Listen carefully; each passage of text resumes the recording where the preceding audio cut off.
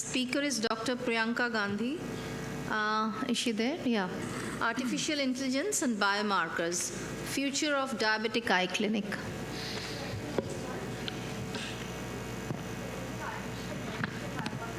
To thank AIOS for this opportunity. So one of the most common problem in the diabetic clinic is the diabetic macular edema, multiple injections and treatments, recurrences, and variable outcomes. So what are we missing? So we dug deeper and we read about the biomarkers which are already established in literature in the diabetic retinopathy. And we conducted a study in which we also found that the ICAM and the cytokine relations are there between each other in diabetic retinopathy and macular edema, and in presence of the reduction of the VEGF levels. And various biomarkers were found in the retina, ocular surface, and optic nerve. So our goals of the study were to monitor the disease, selection of treatment modalities, and outcomes of the treatment. The objective was to explore the integration of AI models and biomarkers in diagnosis of diabetic macular edema within a clinical setting. The study was a prospective observational study which was approved by the Institutional Review Board. The demographics were 56% were males and 44% were females, which ranged from 35 years of age to 80 years. The methods were, we collected aqueous humor samples from the patients who underwent cataract surgery, which were healthy eyes, which were labeled as control group, and the DME patients were receiving injections. The sample size was 366. The biomarkers were studied with the help of a biomarker pathfinder kit, which studied the 8 biomarkers: interleukin 10, 1 beta, 6, 17A, MMP9, ICAM1, and VEGF-A and TNF alpha. And the AI model was used to generate diagnostic score and biomarker-based point of care for DME. So the measurement of this biomarkers was done in aqueous humor.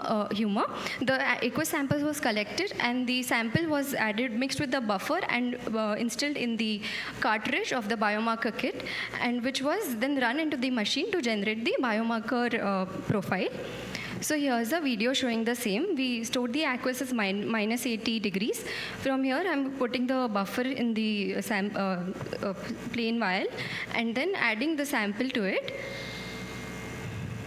And this sample is added further into the circular wells.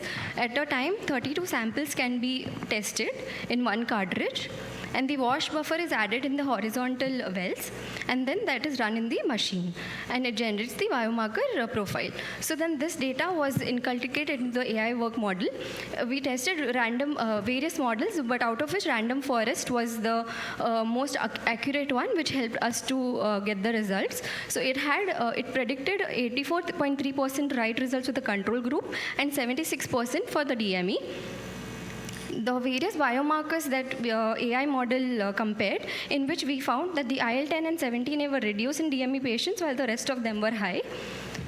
And AI predicted the diagnostic score was 0.6 to 0.7. Clinically, we tested, here I'm showing an example where the PDA patient was with the right eye CME. We injected, at the time of injection, VEGF and ICAM was both high. And ranibizumab was injected, but persistent edema. At that time, we again did the biomarker profile, and we found that the ICAM levels were still high, but the VEGF levels had come to normal as the control group. So then we gave steroids, and this shows the importance of the biomarker profile. So clinical impact of this is it is easy and quick. It only takes 90 minutes. AI-powered biomarker-based point of care, patient stratification, minimally invasive, multiple marker potential and integration potential, molecular with imaging and biomechanics. I would like to thank the NN team for all the work, clinical team, research team, and Dr. Rohit sir. Thank you. Good and interesting work. Were your DME cases treatment naive? Yes, ma'am, we had both of them actually. In this presentation, I have not included the treated ones. They were treatment naive, ma'am. But for the example I've showed the treated one to just show that in treatment naive as well as the treated, biomarker profile is helpful to treat further. And what did the AI do in this? So, ma'am, the AI, we wanted to test the AI model if we can predict with the biomarker data also that if it can classify into control groups groups and DME if it can detect or not. So the diagnostic score itself is high, ma'am, with the AI model, using the AI model. So integrating it clinically, if we tomorrow in a rural setup, if we want to integrate AI and then refer the patients, it might be helpful in future, ma'am. Yeah, but nobody's going to be sampling aqueous at a rural level, right? Yes, Yeah. ma'am. So basically, I understand the point of sampling the aqueous and looking at the biomarkers, and you can just statistically look at high levels.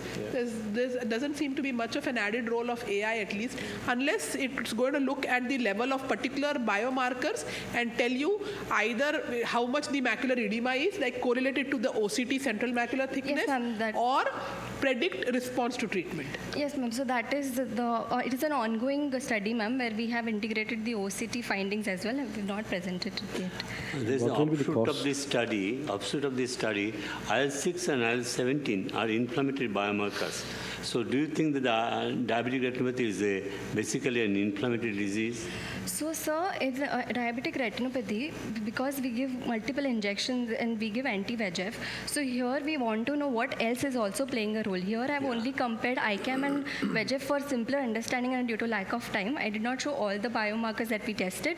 But there were IL-6 was also high in the DME patients. It's a new concept. Cost? Thank you. What is the cost?